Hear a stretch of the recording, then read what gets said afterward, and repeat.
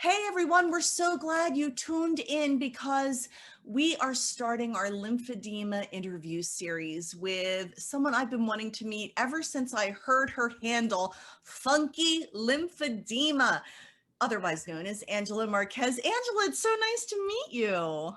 Nice to meet you. Thank you for having me. It is a pleasure, and I got to start with Funky Lymphedema. Where did that handle come from? So I have to give props to my nephew, Chris Hernandez. So I started my Funky Lymphedema Instagram in 2016, and I have my private one, or my personal one. And I'm like, I need something with lymphedema. And he's like, what about Funky Lymphedema? I'm like, perfect. I love it. So that's how it came about. Well, it's definitely attention getting. And in the lymphedema world, everybody sort of knows funky lymphedema. Did you ever imagine that what started out as a challenging condition would actually be a platform for you? That's when I was diagnosed in 2016 with lymphedema, and is a result of cervical cancer treatment. So it was 9 years after my cervical cancer that my lymphedema came about. And I just knew at that time that I wanted to bring awareness and be an advocate. And then I found so many others out on the, especially in the Instagram community. Mm-hmm. So I have to ask, and it goes without saying kind of that dealing with a cancer diagnosis Mhm. is hard enough. And Right. then you discover you had lymphedema. How did it present at first in your life? So it presented in my ankle, much like if you would sprain your ankle, and that's what it felt like. And I work out, so that's what I thought. But within a week, I noticed my calf, everything was swelling. So per And my this is general, 9 years after your correct. cervical cancer. So you probably didn't even realize it was related, did you? No, and then just a bit of a backstory. In 2007, when I was diagnosed with cervical cancer and surgery, chemo, and radiation, I was warned that lymphedema was a side effect. But to be honest, at that point in time, you want to do everything to live. So I heard it, but never again, like, oh, that's not going to happen. I'm not going to worry about that. So no, I didn't think that was it, nor did my doctor. And they sent me to ER. They were thinking that it was a blood clot. And so I went to ER, probably 5 doctors within 6 weeks. And then I was diagnosed by an interventional radiologist, um, that it was lymphedema. So what is the first thing? Many people are watching this. Maybe they've just been diagnosed. Maybe they've just learned that they have lymphedema. I'm Mm-hmm. sure you begin Googling, what is this? What does this Right. mean? What do I do? What were your first steps?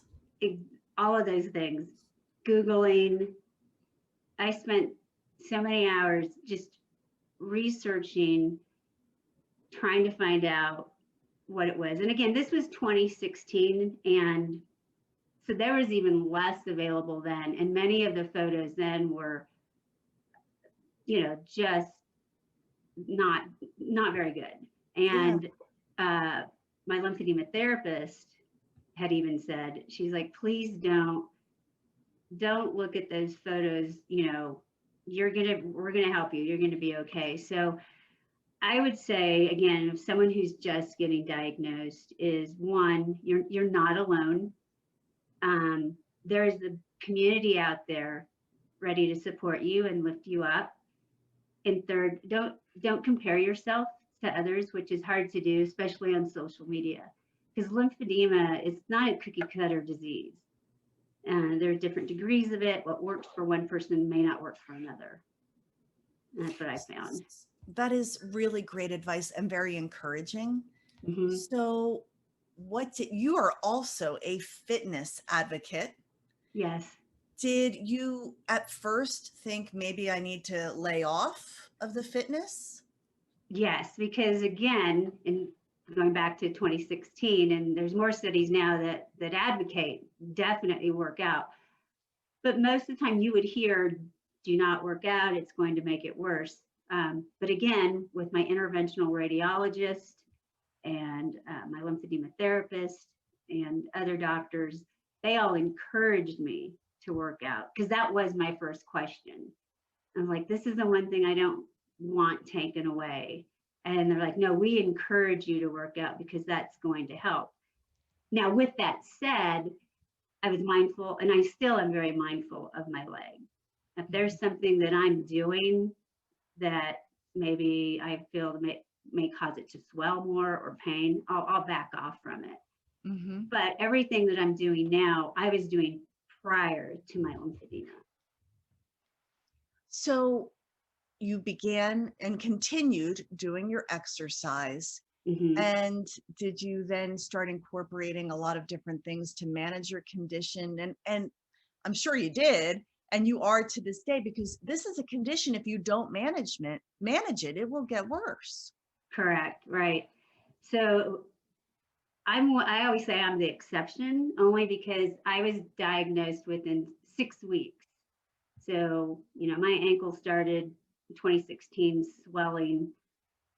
By June, I had a diagnosis and was referred to a lymphedema therapist. That's rare because people, as you know, they'll go years without a diagnosis. So I did the bandaging therapy where I was bandaged up for probably 6 weeks. So when I began, the volume in my leg was probably about 36%.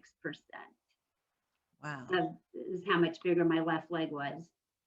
So I did that, and I still continued to work out even though I was bandaged. I would still do my workouts, which really did help.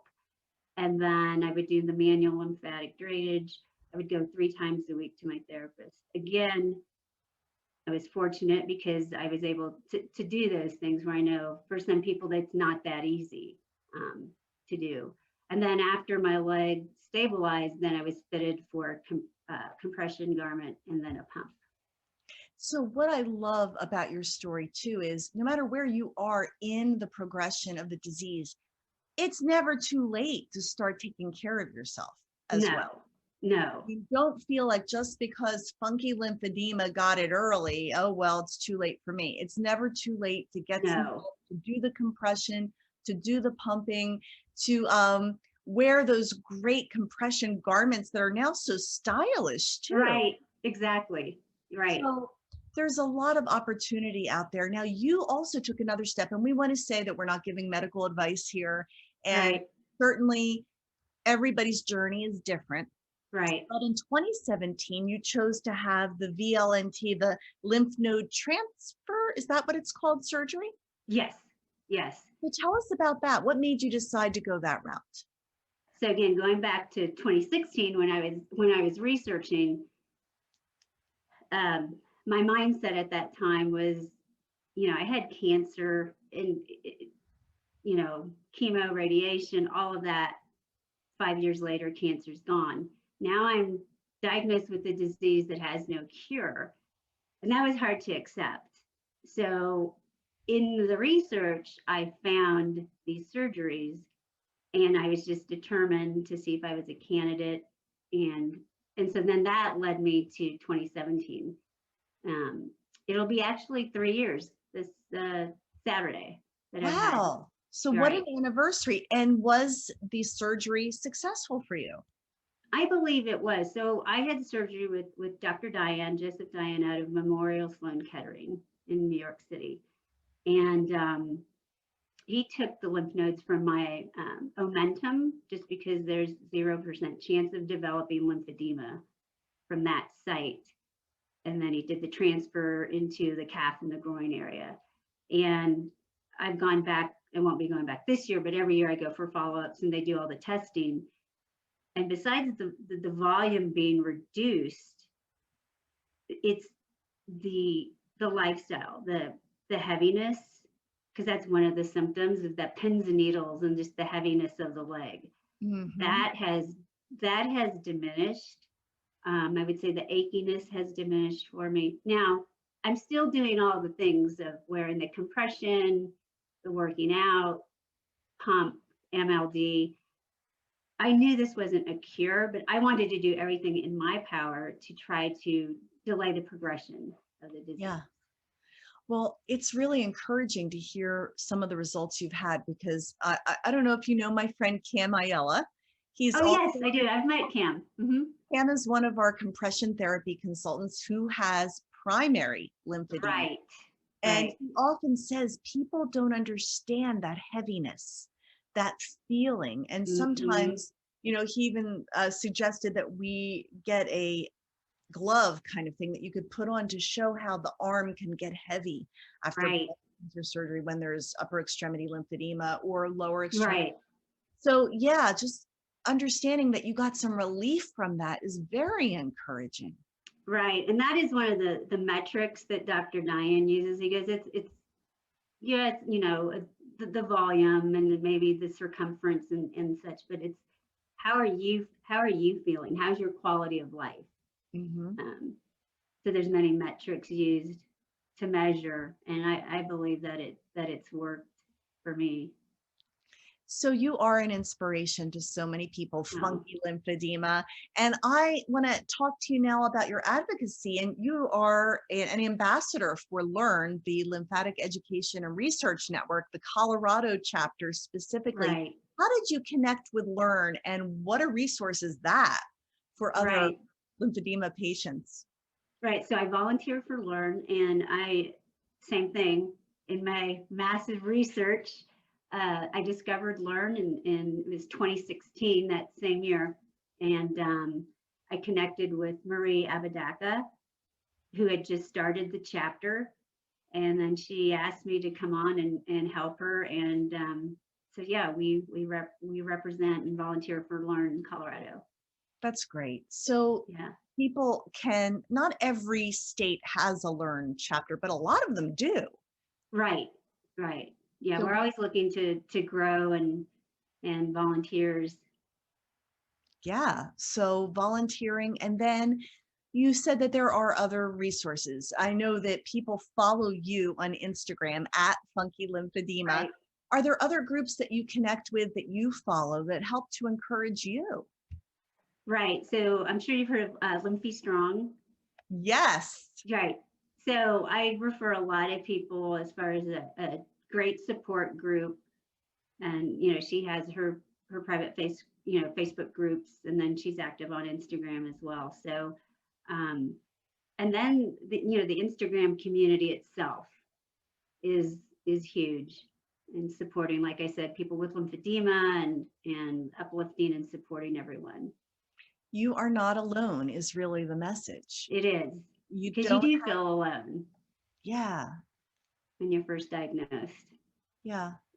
And you don't feel that way at all now. No, not at all. No, not at all. Like I said, I know that was the biggest thing for me, is to thrive, if you will, and not let this disease, hold me back. And that's all I want to do, is give encouragement to others. You definitely do that. I also want to add, underscore that there's a real commitment to manage your condition. Yes, It's part of your everyday life. it is. And how important would you say it is making that commitment? Like, I'm the kind of person I can join the gym and never show up. Right, The gym right. is not doing me any good. All the tools in your toolbox won't do you any good until you use them. And unless you use them, Mm-hmm. you Mm-hmm. actually, how do you manage your day? Do you literally slot it out? I'm going to do this, this, this, and this. Right. So I always wear my compression. If I may go without it in my house, but if I'm going to go out, it's almost like my security at this point. But I can go a couple hours, without it in the morning if I'm getting ready. But every night I slot that hour, and typically it's the last thing I do in the evening. Because I'll be watching TV, or I can read, that type of thing, and I'll do my I'll do my pump. Um, I definitely try to work out at least 3 to 4 times a week, and then I do try to see my lymphedema therapist as well. It's been a little different now with the COVID, but I do try to see her once a month. And that's just to kind of keep things in check, if you will, Mhm. because my right leg has what they call a dermal backflow on my thigh. So just always keeping an eye on that. And it is isolated to your leg area, your lymphedema? Correct, because of the cervical cancer. So I had 36 lymph nodes taken out from, pelvic area. So that's Gotcha. where yeah.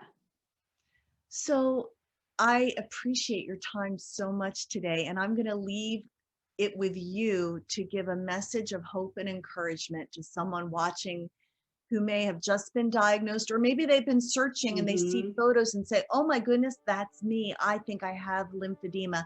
Angela, funky lymphedema, what would you say to them?